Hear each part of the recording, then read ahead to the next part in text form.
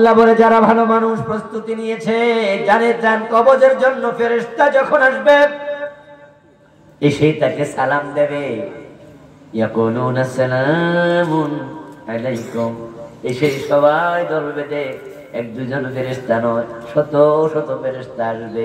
এই আয়াতের ব্যাখ্যায় প্রিয় নবীজি সাল্লাল্লাহু আলাইহি ওয়াসাল্লাম বলেন ইন্নাল আবদা ইযা কানা ফি ইনকিতাইন মিনাদ দুনিয়া ওয়া ইকবালিন ইলাল আখিরা নাযালা ইলাইহি মালাইকাতুম মিনাস সামাই বিদুল উজুহ কান্না উজুহাহুমুশ শামসু। সুবহানাল্লাহ। রাসূলুল্লাহ বলতেছেন যখন মৃত্যুর সময় হয় ভালো মানুষ ঈমান আমলওয়ালা মানুষ আকাশ থেকে আল্লাহ অসংখ্য ফেরেশতা পাঠান মাআহুম আকফানুম মিন আকফানিল জান্নাতি ওয়া হানুতুম মিন হানুতিল জান্নাহ তাদের কাছে জান্নাতের রেশমি কাপড় পাঠায়া দেন এবং জান্নাত থেকে আতর পাঠায়া দেন। সুবহানাল্লাহ। লোকটা কি এখনো মারা গেছে নাকি ভাই বুঝলে কথা বলেন? মারা গেছে কিন্তু জান্নাতের আতর হাজির, এর নিয়ামত মরার আগেই শুরু। জান্নাত থেকে রেশমি কাপড় পাঠায়া দেয় আল্লাহর ফেরেশতারা এসে তার নাকের কাছে জান্নাতের আতর ছিটায়া দেয়, মৌ মৌ গন্ধে মন ভরে যায়, এমন সুঘ্রাণ আর কোনদিন কেউ পায় নাই।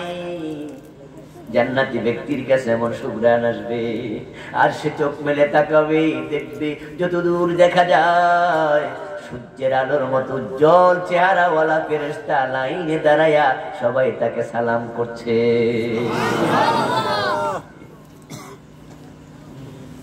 নিজেকে সে ভিভিআইপি ভাবতে থাকবে। আমার বন্ধু আল্লাহ তাআলা বলে যা যা আমার ফেরেশতারা জান্নাতের রেশমি কাপড় নিয়ে যাও, আমার বান্দার রূহটা তার দেহ থেকে বের করে রেশমি কাপড় আতর দিয়ে মাখবি, সুন্দর করে রেশমি কাপড়ে ঢুকাবি, তারপর আমার বান্দার রূহটাকে ইস্তেকবাল দিতে দিতে ফেরেশতারা তোরা সবাই আসমানের উপরে ইল্লিন নামক জায়গায় নিয়ে যাবি।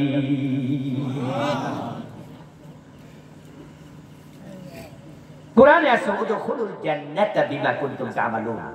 ফেরেশতা যখন তার জান কবজ করে তখন বলে ইয়া আইয়াতুহান নাফসুল মুতমাইন্নাহ ইরজিই ইলা রাব্বিকি রাদিয়াতাম মারদিয়া। ফেরেশতারা বলে ও আল্লাহর প্রিয় বান্দা প্রশান্ত আত্মা, তোমার রব তোমার উপর সন্তুষ্ট হয়ে বসে আছে, তোমার মুলাকাতের অপেক্ষা করছে। সুবহানাল্লাহ। বের হয়ে আসো, বের হয়ে আসো।